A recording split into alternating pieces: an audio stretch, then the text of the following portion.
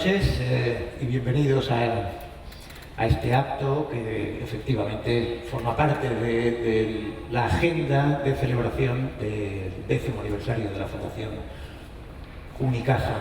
Y es un verdadero placer, como malagueño, pues, ser invitado a formar parte de esta celebración y hacerlo con un viejo amigo al que además hacía casi 10 años. ¡Wow! ¿Cuánto tiempo? ¿No te parece que 10 años es como poquísimo tiempo en realidad? Yo creo que cuando empecé a pensar qué cosas han pasado en estos 10 años, me parecía que realmente era muy difícil conseguir por dónde empezar, porque lo tienes todo como muy cercano. Yo pensé que uno pensaría que 10 años después iba a estar peor, y no es así, afortunadamente.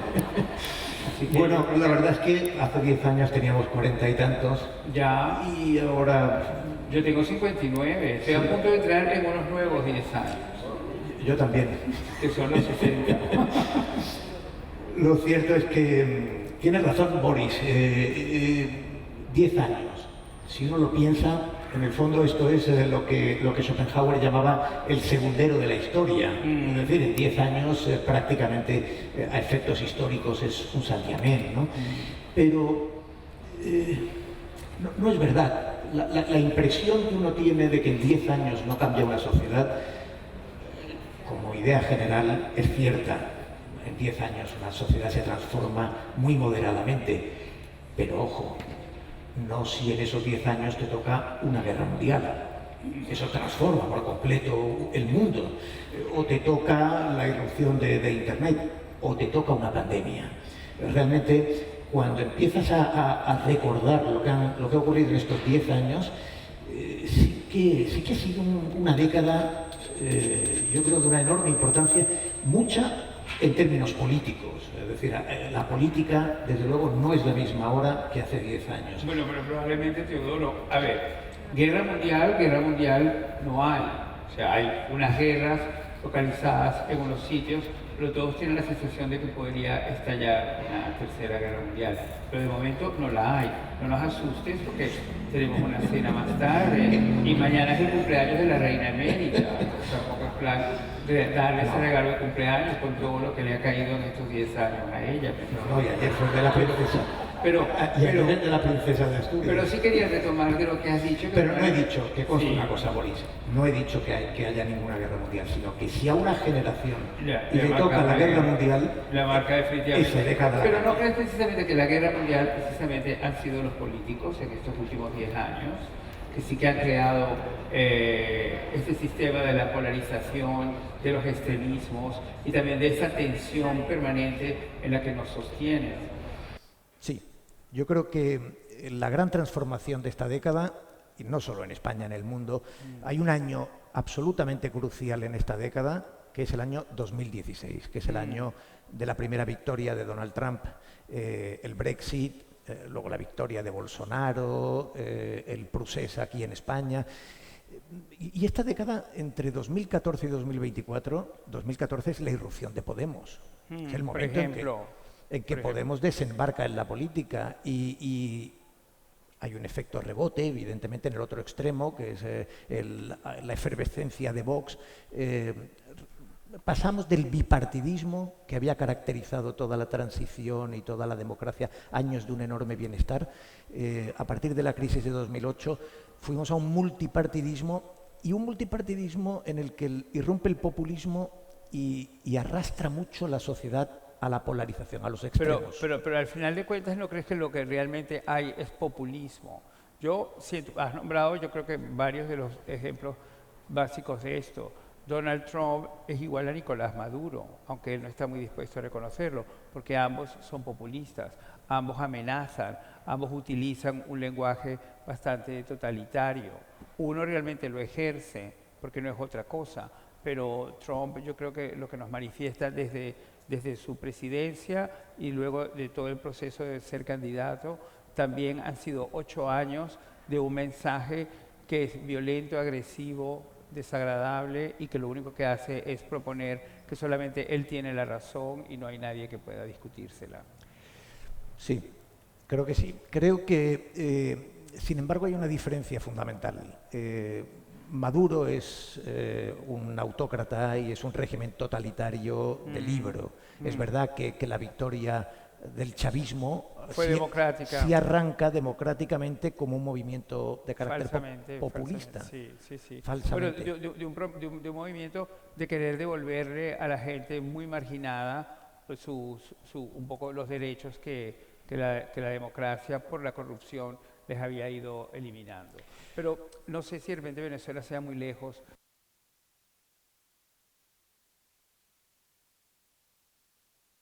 Yo no sé, de repente pensábamos que el futuro, las tecnologías, el auge de que cada vez la educación era más accesible y muchos derechos se fueron también conquistando.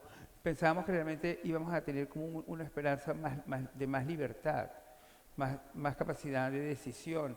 Y al final yo creo que en 10 años esa decisión ha ido como mermando. ¿Tú crees que soy muy pesimista? Es posible que te estés haciendo mayor, Boris.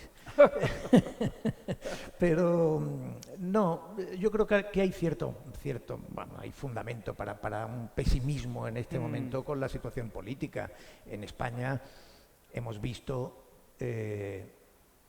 un tablero político que siempre miraba al centro, el partido que ganaba era el que conquistaba ese espacio central. Hemos visto perderse un proyecto de partido moderado, liberal, con tintes socialdemócratas como era Ciudadanos, y en cambio hemos visto emerger partidos en los extremos, Podemos, que luego se desinfla, bueno, Sumar, que parece que tampoco está, digamos, es el destino casi histórico de... Pero, por ejemplo, uno con un nombre tan increíble como Y se acabó la fiesta, que ya me dirás realmente, sí, eso no es una cosa como de estos últimos 10 años, que, pues, yo pensé que era un nuevo club, pero luego resulta que no, que era un partido bastante, que probablemente a mí no me dejaría entrar a ese club, ¿entiendes? Sí, yo creo que es un partido que va a durar muy poco tiempo. ¿Tú crees? Creo que sí, creo que va a tener un recorrido muy corto e incluso es posible que veamos a su líder condenado más pronto que tarde. Pero sin entrar en cuestiones partidistas específicamente, sí que creo que como sociedad, puesto que lo que nos proponen es la transformación de la sociedad española en estos 10 años, sí que como sociedad estos movimientos que a veces vemos con cierta distancia, movimientos del tablero político, ¿no? Bueno, pues sí, emerge la extrema izquierda, la extrema derecha, movimientos populistas, el centro se vacía, la polarización. Eso nos transforma también como sociedad. Yo veo muchas transformaciones, yo creo que yo mismo he sido parte de una de ellas, por ejemplo, para el colectivo LGTBIQ+Ñ, que yo creo que cada vez vamos acaparando más letras y en el fondo nos vamos promoviendo como un grupo que somos muy amplio y que no tenemos fronteras. Todo el mundo puede formar parte de nosotros sin necesariamente ser vinculado a la sexualidad que impulsó ese movimiento, ¿entiendes? Entonces yo creo que ha sido un valor muy importante, pero quizás sea más de 10 años, porque por ejemplo la ley del matrimonio igualitario se aprobó en el 2005 y yo me casé en el 2006, o sea que yo creo que tengo 17 años casado, que dicen que en años gay se tiene que multiplicar por 7 porque es como la de los perros, ¿entiendes? Con lo cual yo puedo tener prácticamente mi edad casado, que es algo muy interesante de plantear. Pero a mí me parece que hay cosas muy increíbles en estos 10 años. Yo tengo la sensación de que hablamos del extremismo y del populismo, de la incursión de nuevos partidos que cambian un poco el bipartidismo, pero yo tengo la sensación de que en menos de 10 años más adelante, yo creo que hoy mismo ya estamos de vuelta en el bipartidismo, porque al final estos movimientos lo que hicieron fue un poco cimentar aún más la columna vertebral del bipartidismo y como que al final terminamos como confiando en ello. De hecho, las elecciones del martes en los Estados Unidos es una vez más entre los demócratas y los republicanos, ¿entiendes? Probablemente haya otras personas allí, pero no cuentan, no son mencionadas, no existen. Y ese proceso que en Europa lo han manejado los partidos de derecha y de izquierda, y los ultras de derecha y de izquierda, pues al final lo que han hecho es que en realidad el votante, yo tengo la sensación de que preferimos nuestro bipartidismo de toda la vida, ¿entiendes? Sí, es probable. Yo creo que si nos invita la Fundación Unicaja dentro de 10 años a celebrar el 20 aniversario, probablemente el bipartidismo será uno de los rasgos de ese periodo. A mí lo que me interesa, más allá, ya digo, del cambio en el tablero de los partidos, es el impacto que eso tiene en la sociedad, ¿no? Yo creo que es probable que tengamos una sociedad más tolerante y más escéptica a la vez. Jóvenes mucho más tolerantes, pero más descreídos de valores que tradicionalmente estaban muy convencionalmente asumidos. Y sobre todo me interesa un aspecto. Y es un aspecto que la victoria de Donald Trump es determinante en él. Y es la pérdida de la verdad como referente en la conciencia que la sociedad tiene de sí misma. Es decir, hoy lo que se publica informativamente está desconectado profundamente de la verdad. Ciertamente los grandes periódicos, los grandes medios conservan en buena medida esa referencia, pero sobre todo los jóvenes ya no leen el periódico, sino que consumen redes sociales, y las redes sociales funcionan con otro código. Tengo entendido que los jóvenes, porque a mí me choca un poco hablar de los jóvenes como si los conociera, porque yo realmente salgo con las personas que salgo, nadie es joven, todos somos ya talluditos, que es una manera también un poco de esconder la verdad. O sea, no somos jóvenes. Entonces yo la verdad, no tengo hijos, entonces a mí me cuesta muchísimo pensar en la gente joven, porque a lo mejor me la puedo cruzar en la calle y dura pues un selfie, que es muy bendecido el selfie, porque de repente te reconocen, ¿entiendes? Yo, para la gente que tiene 25 años, yo soy un programa de televisión que hace 25 años no existe, ¿comprendes? Entonces eso yo creo que es mi manera de entender o no a los jóvenes, por eso no puedo pensar en ellos, ni puedo hablar en nombre de ellos, porque no están en mi entorno, lamentablemente mi entorno ha envejecido como yo y no estoy con ellos, pero yo creo tener una mente joven y sí que me asombra mucho de los jóvenes, como tú dices, que pueden ser tolerantes, pero también tener ideas muy conservadoras y conviven muy bien en ese desequilibrio. Para mí sería un desequilibrio, pero creo que para ellos no. Pero también creo que eso también coincide con ese auge de vivir dentro de una falsa realidad. Pero esa falsa realidad, si como tú dices, hay una nueva victoria de ese señor innombrable, pues la verdad que no se la merecería, porque va a insistir en esa forma de vida. ¿Y tú crees que podamos aguantar 4 años, que es lo que dura la legislatura en los Estados Unidos, o 10 años más de esta dictadura de la noticia falsa? Hombre, yo creo que sí podemos aguantar 10 años más. La experiencia... O sea, ¿no vas a luchar contra ella? Naturalmente que sí, pero creo que a pesar de todo, dentro de 10 años estaremos analizando lo ocurrido. Yo he estudiado muy detenidamente lo que ocurrió en el año 16. Con las elecciones que también eran en noviembre, son 8 de noviembre. Es muy impresionante, siempre es el martes, siempre es un el martes que sigue el primer lunes de noviembre. Eso me encanta de los americanos, que inventan esas fechas y sobre todo en noviembre le tienen una manía muy especial, porque no te olvides que el Día de Acción de Gracias es en noviembre, que es el último jueves de cada noviembre. La gran gala del Metropolitan Museum es el primer lunes de mayo. Ellos tienen este concepto de la vida, por eso les va como les va, de bien, hasta que de repente ya les deja de ir bien. No, decía que yo sí me he detenido mucho en el 16 y me impresiona, realmente me impresiona que ocurriera lo que sucedió. Yo creo que cuando te detienes realmente en ese año, tomas conciencia del fenómeno extraordinario que supuso. Donald Trump es el primer presidente en Estados Unidos. Siempre existió una cierta relación entre la prescripción que hacían los grandes medios de quién debía ganar las elecciones y quién las ganaba. Por ejemplo, Obama tuvo el 90% de recomendación en los editoriales del New York Times, del Washington Post, en fin, de los grandes medios. Donald Trump tuvo un 95% de prescripción en contra. ¿En contra? En contra. Que pedían el voto, ni siquiera pedían el voto para Hillary Clinton. Decían, no voten a Donald Trump. Es un peligro. ¿Y tú crees que esta insistencia en el no hizo que la gente votara que sí? No, creo Eso es lo que él dijo en la entrevista esa famosa en el programa 60 Minutos, que ya dijo que deberían de prohibirlo ahora en esta campaña, porque han hablado de nuevo otra vez en contra de él. Pero cuando él dio la entrevista, después de haber ganado, a la semana de ser presidente, él dijo que le parecía increíble que había estado en su último meeting antes de que terminara la campaña y decía, es increíble que digan que no vamos a ganar. Y en efecto ganó. Sí, yo creo que no es exactamente que, puesto que los periódicos decían voten contra Trump, la gente dijo pues votemos a Trump. Creo que no es exactamente ese el mecanismo. Creo que la sociedad descubrió que lo que dijeran los periódicos ya no determinaba la opinión pública. Pero eso yo creo que ha sido aterrador. Es una cosa que ha pasado en estos 10 años, sin duda. Pero no encuentras que al final eso conduce a una desorientación total. Yo creo que uno de los trucos que tienen las redes sociales es que te hacen sentir protagonista. ¿Y quién en la vida no se quiere sentir protagonista?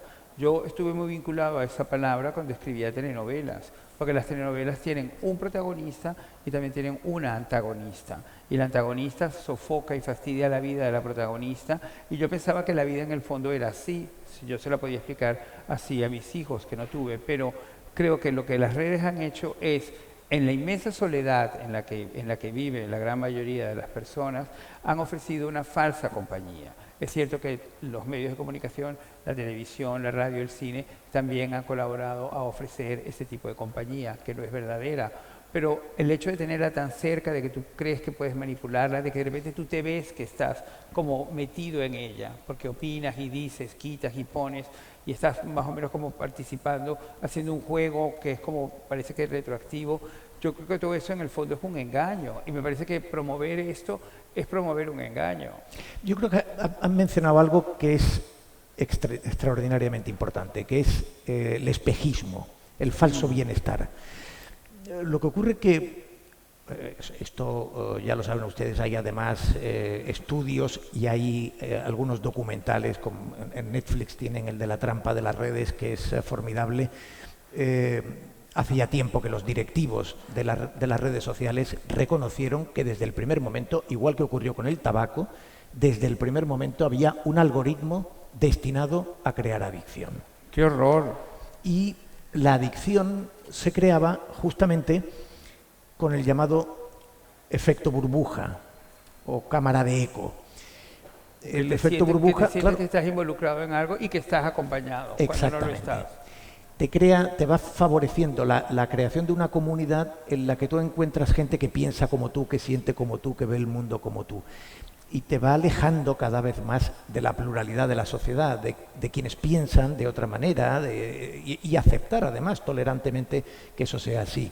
En esa burbuja, la información que circula no es la información de un buen periódico, de un buen informativo de radio o de televisión. La información es los titulares que seleccionan quienes están dentro de esa burbuja, y funciona mediante un mecanismo psicológico muy estudiado, sobre todo por Kahneman, que es el sesgo de confirmación. Es decir, tú quieres leer lo que satisface tu forma de entender el mundo, tu ideología, tus prejuicios, tu percepción de la realidad. Claro, es decir, estás percutiendo constantemente con una visión uniforme, monocorde, en la que faltan notas y en la que falta la riqueza de la sociedad. Y eso va generando una enorme intolerancia hacia quienes no están dentro de esa burbuja. Pero yo creo que lo que acabas de describir es un poco lo que nos enseñaban a nosotros en el colegio, que era una dictadura militar, que es directamente, tú te tienes que acoplar a este sistema que te estamos imponiendo, a esta ideología, a esta forma de pensar, de educarte, de vestirte, de andar, de ser, y tienes que estar en ello. Si te sales de ello, estás completamente fuera y te podemos eliminar. Entonces yo, la verdad que me parece que, aunque yo he aprendido mucho en estos 10 años de cambios, que la palabra no demonizar, porque en realidad yo empecé demonizando muchísimo las redes, también empecé demonizando muchísimo el avance de la tecnología, pero un día me di cuenta que el problema era que la tecnología me hacía sentir mayor y desligado comprende, hasta que entonces de repente decidí, sobre todo cuando tenías ese momento que de repente veías que no podías hacer una cosa bien en el móvil y se lo dabas a un niño de 5 años y en un minuto lo resolvía. Ese momento era muy duro, yo encuentro que era como brutal. Te das cuenta que ahí había una brecha generacional, que eso también creo que es una cosa que ha sucedido en estos 10 años. O sea, durante años yo creo que la brecha generacional era la película Rebelde sin causa. ¿Entiendes? Que hablaba sobre eso, precisamente, que en esa generación de los baby boomers en los 50 había un problema entre padres e hijos, que no se entendían, no se comunicaban. Y yo creo que pasaron varias décadas, entre ellas la de los 80, la de los 90, la del 2000, o sea, lo que ha fundado Kiss FM y cosas así. Pasaron esas décadas y la gente parecía estar como muy unida, padres e hijos pensaban igual, incluso se vestían igual. Y de repente vino la tecnología, apareció el iPhone, que creo yo que es uno de los principales causantes de esta brecha generacional, y de repente se creó una brecha generacional. Sí, yo tengo 3 hijos y a veces cuando le pregunto a mi mujer por qué tuvimos el tercero, porque ya era como un Tourmalet, ¿no? Costaba todo mucho. Y decía, para que nos diga cómo hay que poner el... Qué buen razonamiento. Porque efectivamente, claro. Sí. Fíjate que es algo muy curioso este aspecto. Ahora, padres e hijos compartimos redes. Antes había digamos, un muro entre padres e hijos en el que no sabías casi nada de lo que estaban haciendo unos u otros. Sin embargo, ahora mis hijas me siguen en Instagram y de pronto yo pongo alguna tontería y le dan a me gusta. Instagram es mágico. Y vemos lo que publican ellos. Y me parece que a la vez sabemos más de cómo son los hijos y hay mayor interconexión entre padres e hijos de la que había antes. O sea que tú realmente defiendes en ese aspecto que no hay que demonizar tanto las redes sociales, por lo menos Instagram, que parece que es como el Walt Disney de las redes sociales. Pero X y Twitter, con esa persona tan terrorífica que es Elon Musk, que también es una persona que en 10 años pasó de haber creado el primer coche electrónico, y yo realmente me pareció una idea buenísima, porque yo considero que una de las consecuencias de las cosas que pasan en mi país de origen es precisamente por ser exportador de petróleo y tener tanto petróleo, ¿entiendes? El petróleo nunca trae buenas cosas, excepto a Noruega, que precisamente porque como es un petróleo tan buenísimo, pues probablemente a ellos no les trae problema. Pero todos los otros países que tienen petróleo son países muy complicados. Mira Nigeria, Venezuela, o sea, la comparación es terrorífica. Pero, ¿qué te quiero decir? Que cuando pasó Elon Musk por primera vez, yo pensé, bueno, este señor ha inventado una cosa que es realmente un cambio importantísimo. Y ahora es una de las personas que más angustia me genera. ¿Tú crees que también él ha cambiado en estos 10 años? Bueno, es evidente, es el hombre más rico del mundo y Eso tiene una capacidad impresionante de presidir algunas de las empresas más determinantes, que más están cambiando el mundo en este momento. Y ha empezado a irritarnos porque efectivamente es un partidario de Donald Trump. No solamente es partidario, es un gran financiador de su campaña y casi con toda seguridad será un miembro del gobierno si Trump llega a la presidencia. Pero ¿no crees que eso precisamente lo hace él parecer lo contrario de lo que esperábamos de él? No es nada nuevo que una persona quiera tener ambiciones de ese tipo de poder, de estar dentro del poder verdadero, de Washington, del Pentágono, de la Casa Blanca, de ser un ministro. Y a mí me parece que no tiene nada que ver con lo que pensábamos de él cuando inventó un coche que cambiaba un poco el poderío del petróleo en la economía mundial. Y le vamos a ver hacer cosas más extraordinarias. Ay, no. Bueno, ver el otro día volver parte del cohete y situarse dentro de la torre de lanzamiento es probablemente una de las imágenes más icónicas del año.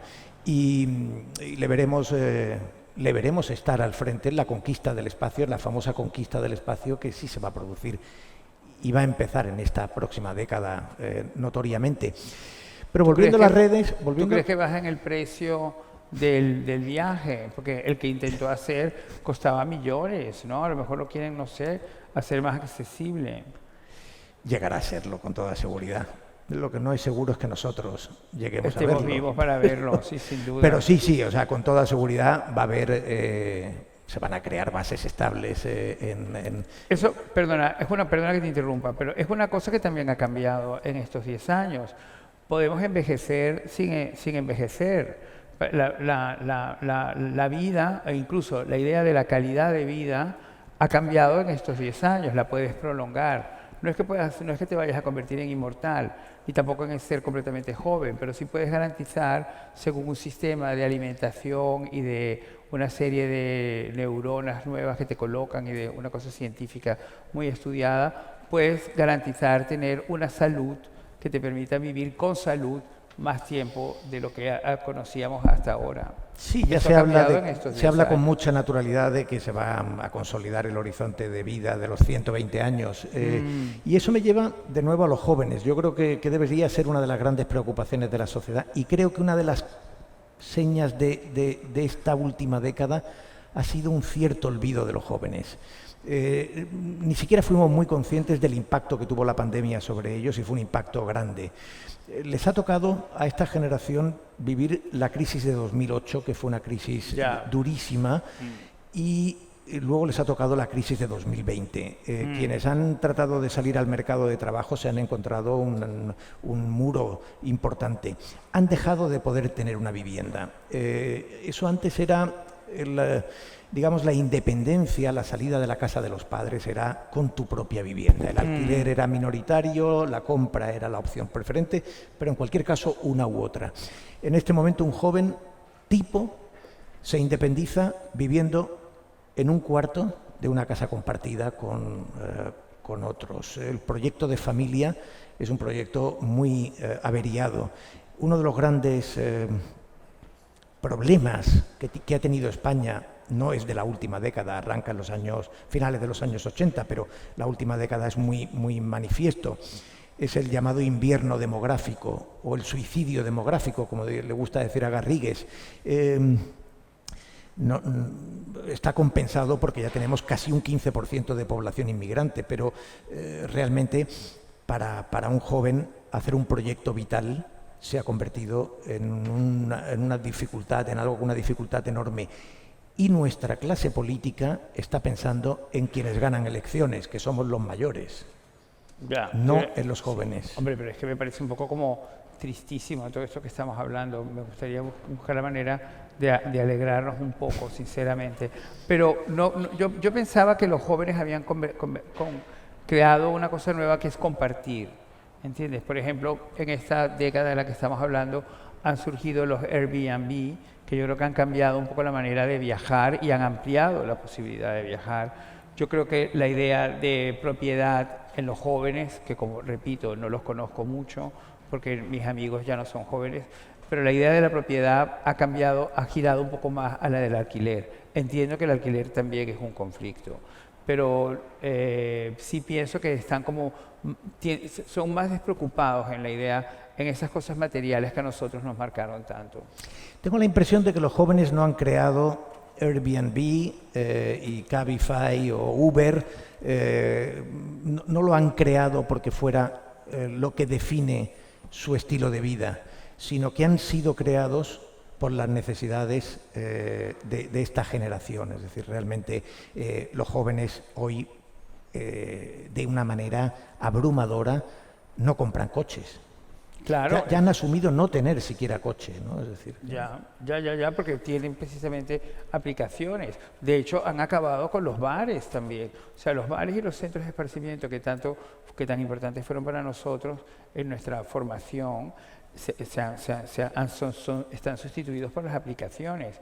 Y el mundo de la aplicación, te quiero decir, pues yo lo veo con algunas, eso sí que todavía tengo amigos que utilizan las aplicaciones y a veces me dejan entrar en las suyas. No sé con qué rara idea, pero me he dado cuenta que la gente lo que hace en las aplicaciones es jugar a venderse y hablar de ellos mismos y ligar lo que antes era una cosa como un poco más física, al no ser física, ha pasado a convertirse en una cosa virtual que termina por ser una pérdida de tiempo, porque la mayor parte de lo que empleas en ligar es un poco como en decir mentiras, ¿me entiendes? Yo tengo amigos míos que tienen fotos que no son verdaderas de ellos mismos y que las tienen especialmente para las aplicaciones. por ejemplo. Y eso yo creo que es un tema que han pasado estos 10 años, que hemos dejado de tener el contacto físico normal y lo hemos sustituido totalmente por las aplicaciones. Sí, sí. No sé si han terminado los bares hasta el punto que tú dices, pero ligar sí ha terminado del modo que se hacía convencionalmente. Los jóvenes, la experiencia que yo tengo como profesor universitario, que veo cada año, siguen teniendo 18 años. Nosotros vamos teniendo uno más, pero ellos siempre, Tiene 18, siempre sí. llegan con 18. O con mis hijos. Yo creo que lo que ha cambiado extraordinariamente es la forma de entender la comunicación. Por ejemplo, cuando tú haces una llamada, se sienten muy incómodos. No quieren hablar. Lo que quieren es mandar un mensaje, en todo caso un audio por también, WhatsApp, pero sí, mantener una conversación es algo que les Es un provoca rechazo. arte, es un arte que yo creo que va a desaparecer. Me da más miedo que, a mí me da mucho miedo que, por ejemplo, el cine desaparezca y que yo lo vea.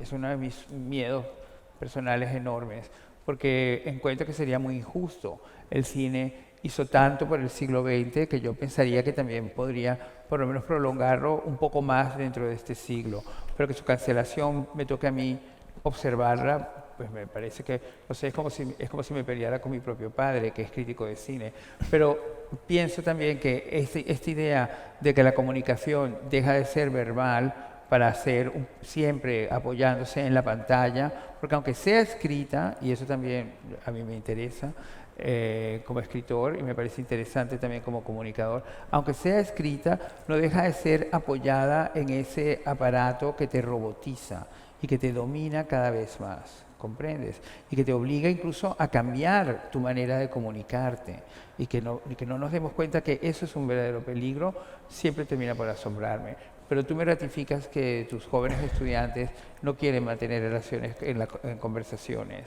prefieren escribirlas en el móvil. Sí, no sé, te advierto que en esto de las plataformas de ligar creo que se ha extendido generacionalmente en todas las edades.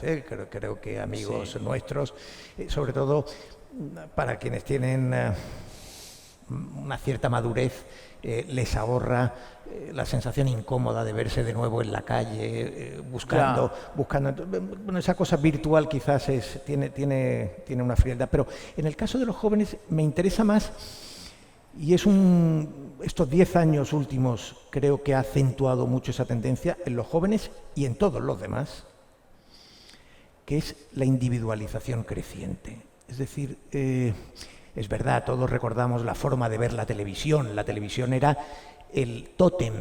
Los arquitectos, cuando diseñaban el plano de una casa, pintaban el sitio de la televisión. Llegabas a tener más de una televisión. Y a partir de dónde estaba la televisión, que le ponían las conexiones de antena, Claro. porque estaba claro dónde tenía que ir la televisión, que se evitaba el reflejo de las ventanas. A partir de ahí se creaba el espacio donde iban los sofás, en fin, el tresillo que se llamaba, y el comedor, en fin, lo que pudiera, según cada casa. Y ese tótem determinaba toda la habitabilidad del hogar. Es decir, las familias comían casi siempre con la televisión encendida, y cenaban, eran, en fin, el tiempo en que empezaban los prime times de televisión, el telediario del mediodía o de la noche. Ahora ha generado el Access Prime Prime Time. Que es un poco como una manera que el Access Prime Time ha acabado con el Late Night. Pero en el fondo siempre nos mantuvimos en esa bilingüilidad tan extraña con respecto a la televisión. Pero lo que acabas de decir, que a mí también me hiere mucho, porque profesionalmente me angustia, pero también pienso que la televisión, que pasó de ser ese altar tan importante en cada familia, se ha convertido en un mueble que permanece apagado muchísimo tiempo en las casas. Y es un mueble prácticamente a punto de ser olvidado.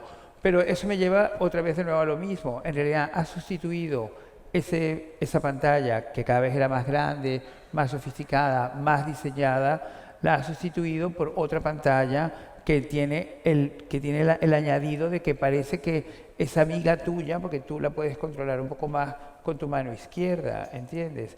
Y en realidad no hace más que controlarte ella a ti. Y eso es una cosa que también hemos visto en estos 10 años. tú ahora vas caminando por la calle y la gente, es difícil caminar, se ha hecho muy complicado caminar porque te puedes tropezar con alguien que está ensimismado en el móvil o enviando un mensaje o viéndose a sí mismo o haciendo un FaceTime o organizando un Instagram o haciendo un Reel. Yo conocí el martes a Chiara Ferragni. Chiara Ferragni es la primera de las grandes influencers. También ha sido acusada de estafar y de utilizar su poder como influencer para ganarse 1 millón de euros diciendo que no era 1 millón de euros. Bueno, eso, pobrecita, cuando la conocí me quedé mirándola pensando, ¿voy a decirte que eres una estafadora o voy a no a decírtelo? Y opté por lo segundo porque me pareció que era un poco antipático recibirla así. Pero le di un premio este martes. Chiara Ferragni es una de las grandes instructoras de este poder del móvil, ¿entiendes? Y de saber de repente convertir eso en una máquina de hacer dinero, de convertirla en millonaria, en súper famosa y de tener un poco la misma influencia que Donald Trump puede tener sobre sus votantes, ¿comprendes? Esto es... Eso también lo hemos visto en estos 10 años. Dentro de esta transformación, efectivamente, de estos 10 años, esa individualización se ha acentuado extraordinariamente. Las personas se divierten cada vez más solas. Solas, Es y están decir, solas. No juegas unas cartas, sino que juegas a una aplicación, en una aplicación virtual, De cartas. al póker o a lo que quieras, ¿no? Ligas con el teléfono, en fin, todos los juegos en términos generales. El ocio pasa mucho por el teléfono. Ves sobre todo a los jóvenes, pero no solo a los jóvenes. Es muy aterrador cuando tú llegas el domingo y te dice tu iPhone, esta semana has pasado un promedio de 4 horas y media o de 5 horas de consumo telefónico diario, ¿no? Y en mi caso siempre me consuelo pensando es que trabajo con el teléfono, pero no, pasamos muchas horas consumiendo el teléfono. Ves a los jóvenes sobre todo que están sentados juntos y están con el teléfono en la mano. Y no hablan entre ellos. Y comparten, de pronto se mandan, a través de las redes sociales, se mandan, no se cuentan un chiste, se lo mandan. Y se lo mandan estando a un palmo. Y se ríen, y se ríen como un eco, ¿no? Como un eco de lo que están, no conversando, sino intercambiando. Pero te quería preguntar, que eres filólogo, es que es una pregunta que ahora me ha asumido mucho. ¿Cuál es tu opinión verdadera del emoticono? Porque el emoticono es una cosa que nos domina mucho, que yo creo que viene a tenor de esta conversación, de la falta de verdadera conversación, de la comunicación muy truncada. Y el emoticono alguien lo inventó, igual que el algoritmo, y es una persona demoníaca quien lo inventó. Porque el emoticono ha acabado, tú mandas un emoticono y ya no hace falta más nada. Sí, recuerdo haber leído hace 10 años aproximadamente, creo que fue en el New York Times, un pequeño ensayo de una psicóloga que lo consideraba la consumación del infantilismo emocional en la sociedad. Ya. Es decir, transmitir sentimientos no es fácil, pero es algo que siempre hemos tenido que hacer, transmitir situaciones y matices para esos sentimientos. Y nos refugiamos en poner una carita divertida, con una lágrima, con un corazón, con un beso, con una... O con una aurea. Con un enfado, con la... Bueno, ya hay emoticonos evidentemente para casi todo, ¿no? El más famoso era un mojón de mierda. Yo creo que ese fue el principio del deslumbramiento por el emoticono y tuvo mucho éxito. Luego yo creo que a mí me gustaba mucho uno que eran como 2 amigas que estaban bailando juntas. Ese yo me identificaba mucho porque yo creía que era una de las 2 amigas, ¿entiendes? Y me divertía mucho, me hacía mucha gracia. ¿Te has dado cuenta que...? Pero me gusta mucho volver a lo del infantilismo. Porque en realidad, ¿cómo puede ser que estemos en un momento, en un siglo XXI tan lleno de información, de tecnología, de apoyo, de reflexiones, y sea tan importante el infantilismo? Bueno, la sociedad infantilizada es una sociedad menos compleja, es evidente, ¿no? Es decir, el consumo, que es lo que la sociedad capitalista excita fundamentalmente, busca fundamentalmente, es mucho más, tiene un éxito mucho más fácil si no lo enfrentas no lo conviertes en una decisión meditada sino una decisión automatizada. Generas el estímulo y tú respondes a un estímulo. Me ha hecho gracia esto de la caca o el mojón, como tú decías, la boñiga, ¿no? De ese emoticono, porque tiene una sonrisita, tiene una risa. Sí, es como decir, una es como persona. lo conviertes en una cosa simpática. ¿no? Pero eso es el infantilismo, ¿no? Que de repente como cuando uno tenía amigos invisibles, ¿no? Que eso nos pasa a todos en una cierta edad. Yo tenía un conejo de amigo invisible, fíjate qué cosa más rara, porque no hay conejos tantos en Venezuela, pero probablemente por eso era que lo tenía. Pero también, o por lo menos no en Caracas, pero también en el infantilismo hay esa cosa de que pues, le otorgas, humanizas a los objetos. Pero ¿por qué, insisto en mi pregunta, por qué teniendo tanta información, teniendo tanta sabiduría, tantos miles de años, de siglos de historia detrás, insistimos en ser infantiles? Yo creo que no insistimos, que Nos convierten en infantiles. Sí, es para manejarnos. Es mucho mejor, claro, tener una sociedad infantilizada. Fíjate que es interesante porque hubo un proceso que ya en los años 70 algunos intelectuales, acuérdate del libro de Ariel Dorfman, del Pato Donald, ¿no? Yo amé ese libro, pero trastornó un poco mi vida. Porque yo pensaba que realmente el imperialismo era Walt Disney, que era un poco lo que ese libro proponía. Sí, sí, la tesis de Dorfman y de Armand Matelar era básicamente que desde Estados Unidos se utilizaban los dibujos animados y el programa infantil de Barrio Sésamo para, para hacer una colonización cultural, de tal modo que los niños de todo el planeta respondieran a los estándares culturales y a los valores estadounidenses. Era una tesis, por cierto, brillante y divinamente bien escrita. Sí, sí. Hasta un niño venezolano como yo, de 10, 12 años, se lo leyó entero y se lo creyó. Pero eso no quitó que realmente me gustara mucho La Bella Durmiente de Walt Disney, que hoy en día sería una película que tendría muchísimos problemas de aceptación y que tendría muchos tickets para ser cancelada. No, casi todo Walt Disney. Los enanitos serían un ejercicio también de inadecuado y, en fin, una detrás de otra. Pero quería referirme a Walt Disney, efectivamente, porque yo creo que es el origen. Tú dices, estamos en una infantilización de los objetos. Previamente fue la infantilización del mundo animal, al que le daban una humanización, pero una humanización muy elemental, ¿no? Es decir, en las películas de Walt Disney los perros hablan, los gatos, en fin, todos los animales hablan, tienen una vida, pero tienen una vida evidentemente ajustada a los gustos de un niño. Y hemos terminado viendo la naturaleza con ojos de Walt Disney. Yo, por ejemplo, pensaba de niño que Bambi era gay.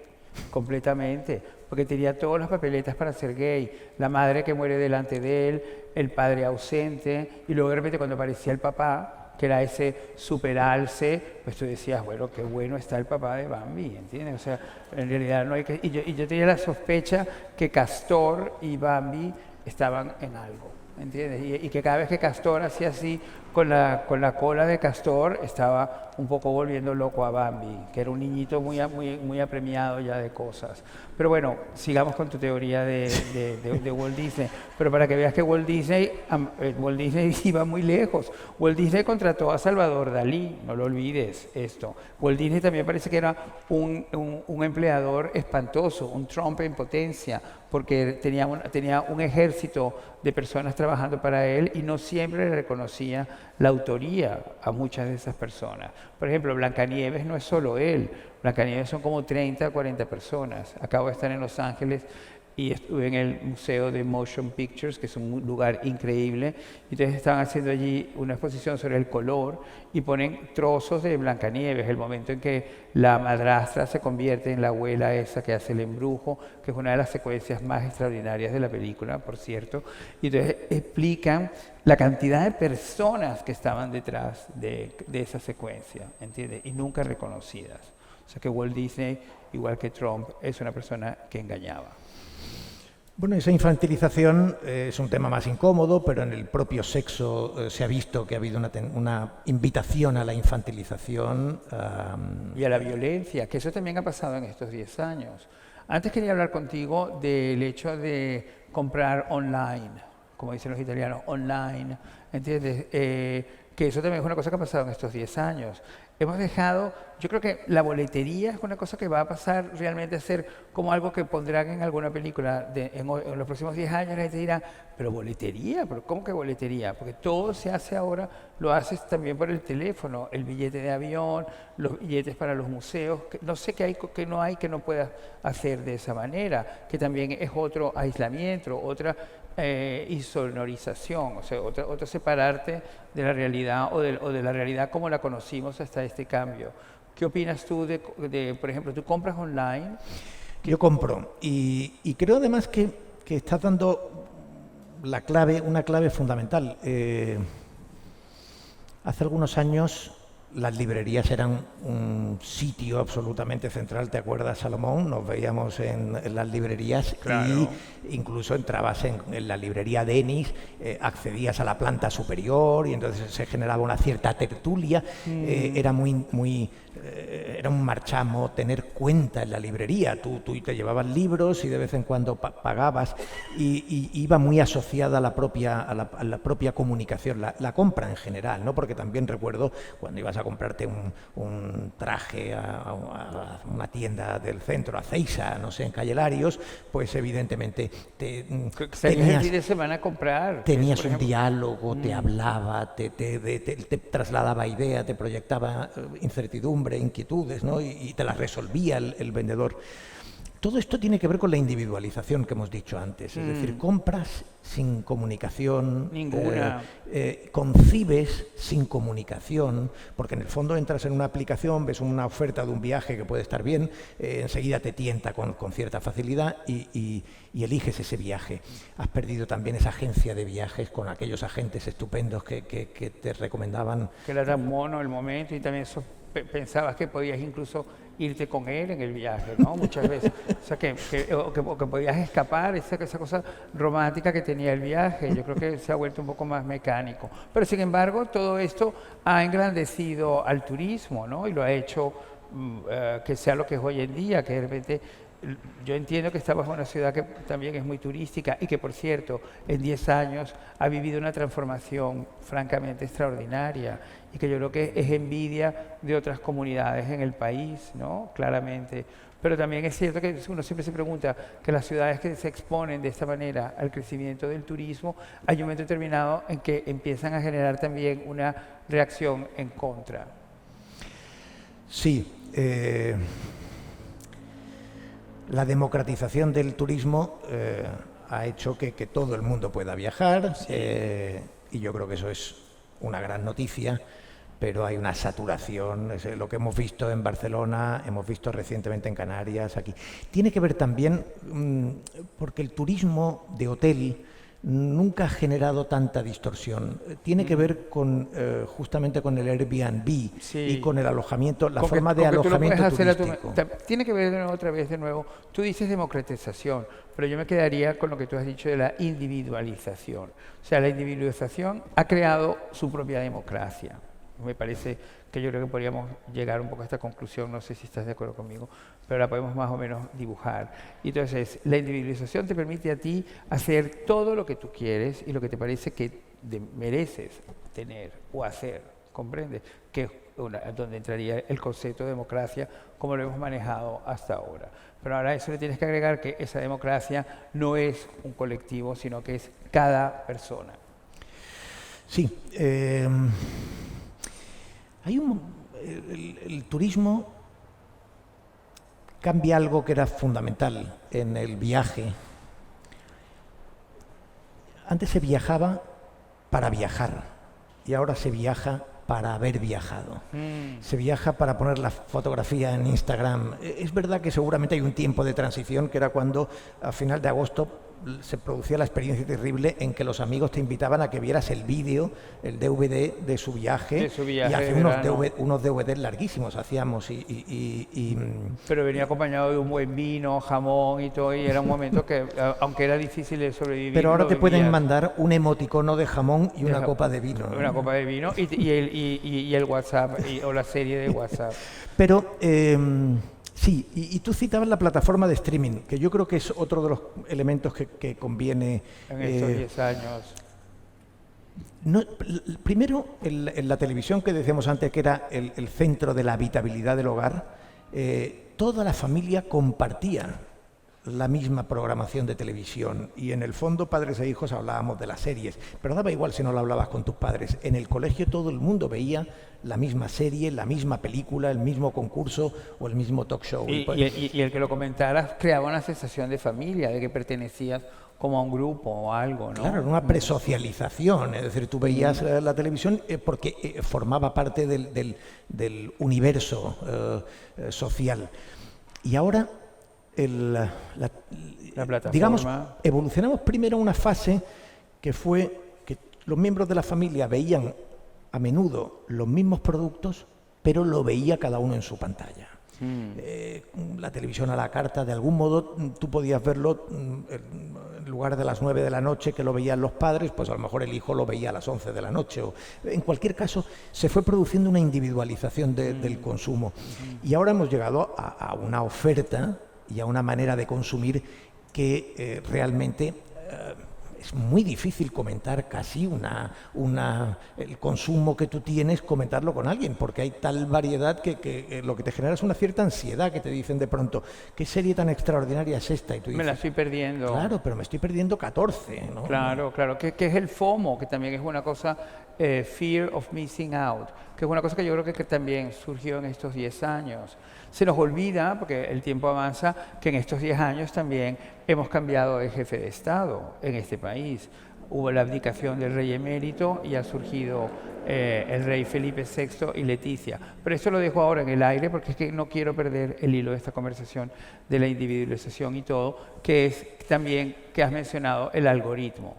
Las plataformas y las redes han propiciado que el algoritmo forme parte de nuestra conciencia cuando lo que hace es dominar nuestra conciencia. No sé cómo es tu Instagram, pero por ejemplo, yo en mi Instagram estoy francamente ya a punto de, y aprovecho este momento, no es por nada, para hacerlo público, que estoy cansadísimo de repente recibir no sé cuántos reels de hombres turcos sin camisa, bailando, y que de repente yo no entiendo cuándo fue el momento que yo creé ese algoritmo, ¿entiendes? Quiero saberlo, ¿entiendes? Entonces pienso que yo en algún momento pues habré visto algún actor de las telenovelas mostrando así un poquito de pectoral y lo pulsé y eso me ha propiciado esta invasión de hombres turcos con vello, que no tienen nada que ver con mi marido ni conmigo, sabes que no somos personas así, y todos con esos ojos que todo parece de mentira, unos ojos azules, verdes, que no son de verdad, que yo creo que son lentillas, y que todo, y una capacidad de bailar con una laca increíble, que el pelo no se mueve, y todos los bailes son completamente imposibles de hacer. Entonces yo pienso, claro, es que este algoritmo lo que quiere es, en el fondo, hacerme heterosexual, ¿entiendes? Es lo que estoy pensando. O sea, de volverme a que todo esto es una cosa como molesta, ¿comprendes? Yo creo que es homófobo el algoritmo que me toca a mí. ¿Cómo es tu relación con el algoritmo? La verdad es que yo apenas utilizo Instagram y creo que tengo 10 o 20 publicaciones y lo tengo porque en primavera que saqué un libro, el editor me pidió que me hiciera un Instagram que te lo hicieras, y sí. divulgara allí el libro. Pero no sé utilizar Facebook e Instagram bien, digamos... Tienes que hablar con Chiara Ferrari. Utilizo X, como periodista utilizo más X. Pero X es un mundo salvaje. Así como Instagram es como un mundo un poquito la land, yo entiendo, porque a veces puede llegar, pero nunca es tan violento como X. Pero ¿no crees que esa división está requete pensada? Por supuesto. X se ha convertido en la red fundamentalmente de política y periodismo e Instagram es verdad que Instagram ha tenido un efecto mucho más impactante que X finalmente porque ha llevado a los jóvenes a tener incluso problemas de cierta, digamos, de equilibrio en su salud mental, porque necesitan formar parte de ese mundo perfecto, que las influencers además llevan al paroxismo, ¿no? No, y los likes, y los likes que los han tenido que controlar, que para mí ha sido horrible, porque yo creía mucho en mis likes, ¿entiendes? Y como yo soy una persona narcisista, pues claro, cada vez que veía los likes estaba como muy así, como muy feliz, ¿entiendes? Y ahora de repente me da la sensación de que me aparecen unos likes reducidos, pero es por esta política nueva de que quieren que no estés tan ligado al like, que en el fondo vuelve a ser otra manipulación. Sí, o sea, lo que es seguro es que los algoritmos determinan el modo, tus jóvenes turcos y cualquier otra cosa, quiero decir, finalmente las ideas políticas, los titulares informativos, las invitaciones a consumir, eso está absolutamente determinado por el algoritmo. Hay gente que lo simplifica de un modo ingenuo, dicen, los teléfonos nos oyen. Ya. Es verdad que se han hecho estudios que demuestran que si tú hablas una tarde de comida de gato, al día siguiente, en todos tus consumos en Internet, vas a encontrar anuncios de comida de gato. Pero yo no le he dicho a mi teléfono que me gustan los jóvenes turcos. No se lo he dicho, lo confieso, no se Pero lo he dicho. el algoritmo, he pulsado un el vídeo. algoritmo sabe de ti mucho. Pues es una perra. Entre otras cosas porque todas las cookies que has estado dejando... Eso es información. O sea, pero tienes que aceptar cookies a cada rato. O sea, no hay una... encima la palabra cookie... Yo me acuerdo de la palabra cookie, lo utilizaba Paulina Rubio, que es una mujer maravillosa, en mi opinión. No en otras personas, pero que la ve más polémica. Pero Paulina fue la primera persona que decía, ¡ay, qué cookie! Y me parece algo tan increíble que alguien pudiera ser capaz con ese pelo y esas canciones y todo eso de decir algo así. Pero entonces el que cookie, que era como más bien como un derivado de cute, ¿no? Que es más de la generación de los 80, se ha convertido ahora en una cosa que la tienes que aceptar y que según me estás diciendo ahora y a todos nosotros, le estás dando información más allá que a la CIA, a algo superior a la CIA. Absolutamente. Tienes tres opciones. Aceptar todas, aceptar las esenciales y rechazarlas. Y es curioso cómo se ha creado la sugestión en nuestra forma de consumir Internet, que cuando vemos aceptar o rechazar, tenemos la sensación de que si lo rechazas, te estás rechazando a ti mismo, es decir, estás provocando que aquello que tú querías, bloqueándolo. No es verdad. No pasa nada. Es decir, eso es lo más importante que hemos escuchado aquí esta noche. De verdad, espero que lo hayáis anotado. Porque yo pensaba que si tú de repente rechazabas a medias, a lo mejor podía ponerse más virulenta la aparición de hombres turcos, ¿entiendes? Entonces yo me da como miedo. Entonces prefiero aceptar lo tradicional, lo que ya vengo aceptando, que estar haciendo cambios en esa relación. Creo que es al revés, que cada vez que aceptas, hay más jóvenes turcos. Vienen más turcos. ¿Tú crees que va a cambiar tu opinión sobre la belleza del hombre turco a raíz de esta conversación? ¿Qué me gustaría que pasara, por ejemplo? Porque sería un buen final para este agobio tan difícil. Pues han mencionado algo que yo creo que podríamos recuperar en la conversación, que nos harán una indicación, supongo, cuando debamos interrumpirla. Sí, porque tu reloj lleva 1 hora en el móvil, que yo creo que ya llevamos 1 hora, pero como no nos damos cuenta... Llevamos 1 hora. Bueno. Que es la del rey.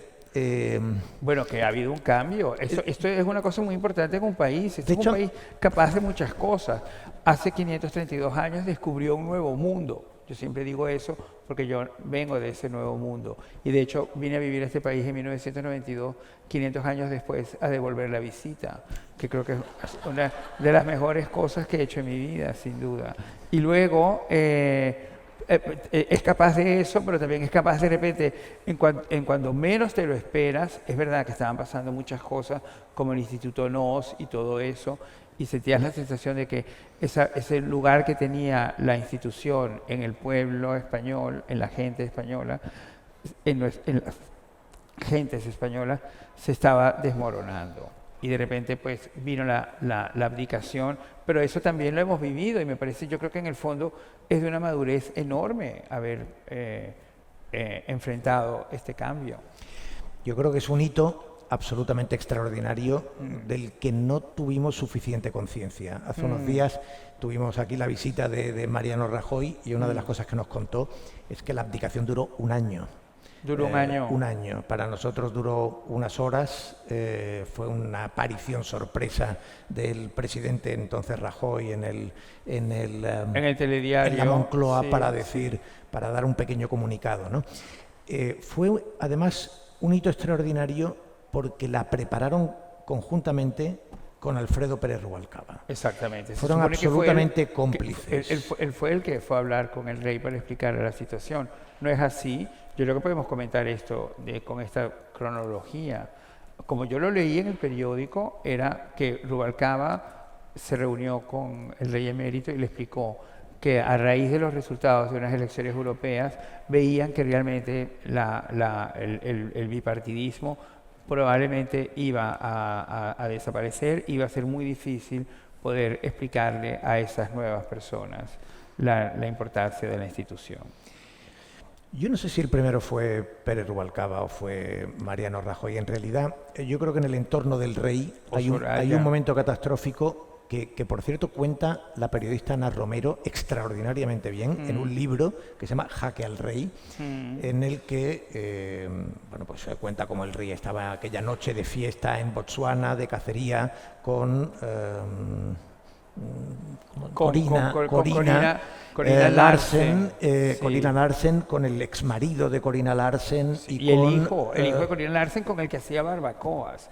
Porque todo esto lo tienes que recordar. Yo sé que a lo mejor a ti te cuesta, pero en mi medio no nos cuesta nada. Porque esa foto del rey delante de la barbacoa, un poco vestido súper de verano y con una gorra, y con el niño de Corina ahí también y la barbacoa funcionando, bueno, eso yo creo que en estos 10 años ha sido una cosa bastante fuerte también de ver.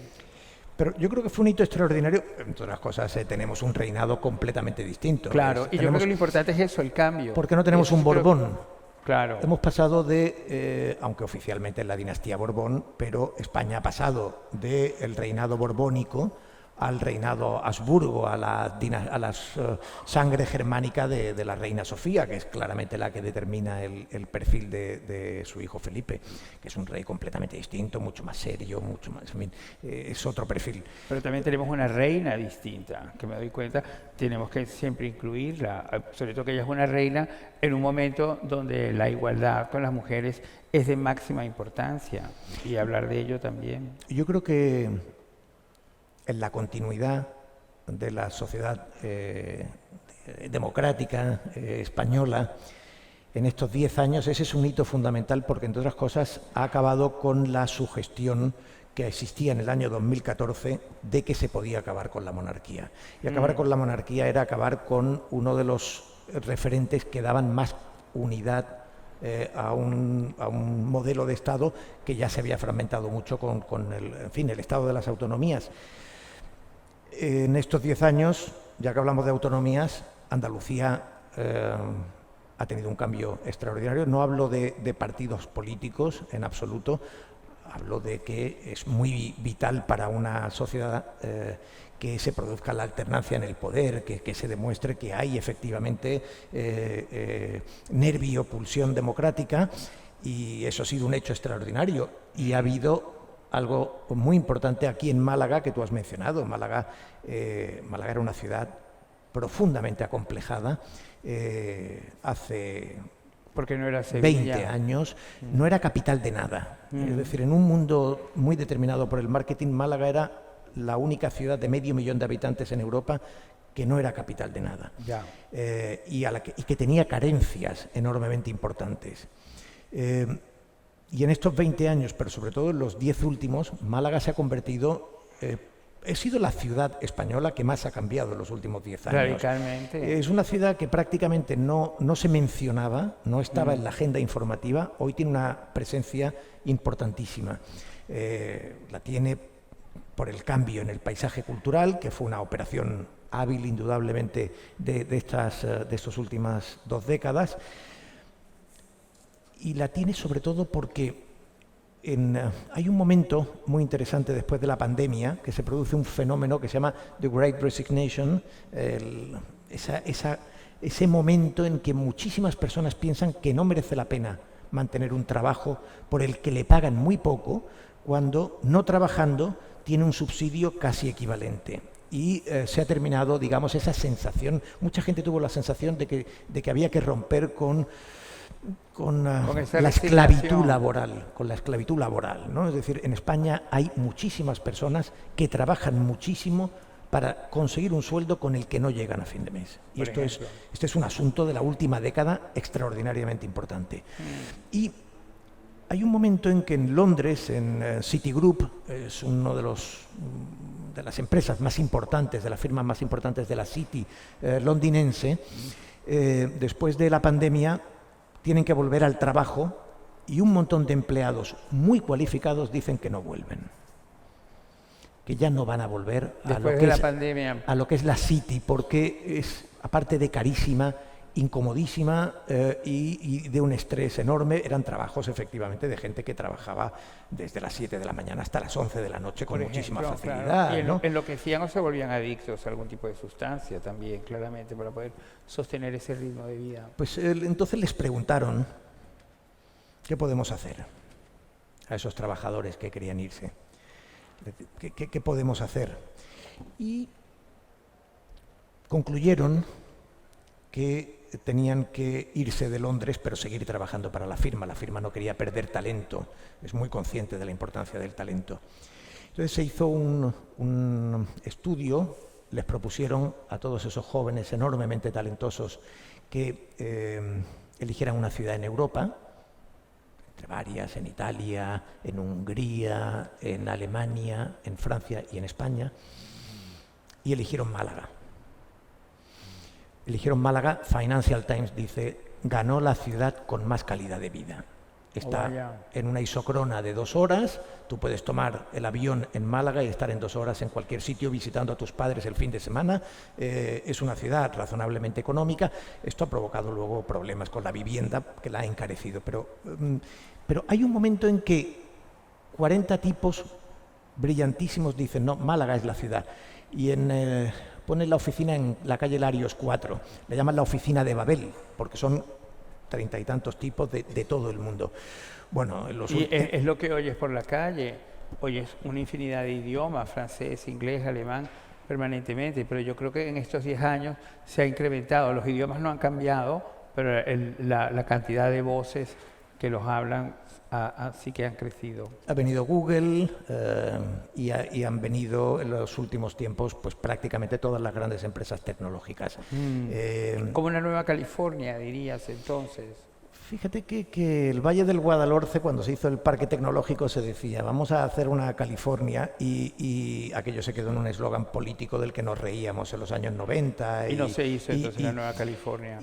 Pero Marbella siempre tuvo mucha relación. Y luego ha sido la ciudad sola, al margen de los políticos, ha sido el dinamismo de la ciudad y con esta transformación la que ha traído todo esto. Yo creo que efectivamente, ya que estamos celebrando los 10 años de la Fundación Unicaja, que es un actor fundamental en Málaga, un actor con un protagonismo enorme, también en el mundo empresarial, como es lógico, yo creo que los malagueños sí que podemos decir que en los últimos 10 años hemos visto cómo Málaga pasaba de ser una ciudad casi anónima a ser una ciudad de muy moda, protagonista, o una ciudad con un gran protagonismo. Muy protagonista. Pero ¿tú crees entonces que el próximo Elon Musk sea malagueño?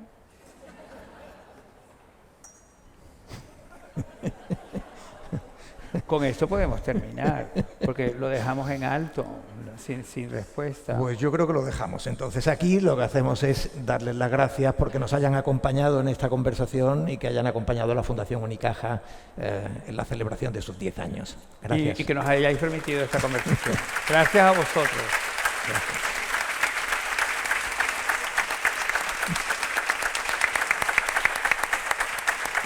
Gracias a ti.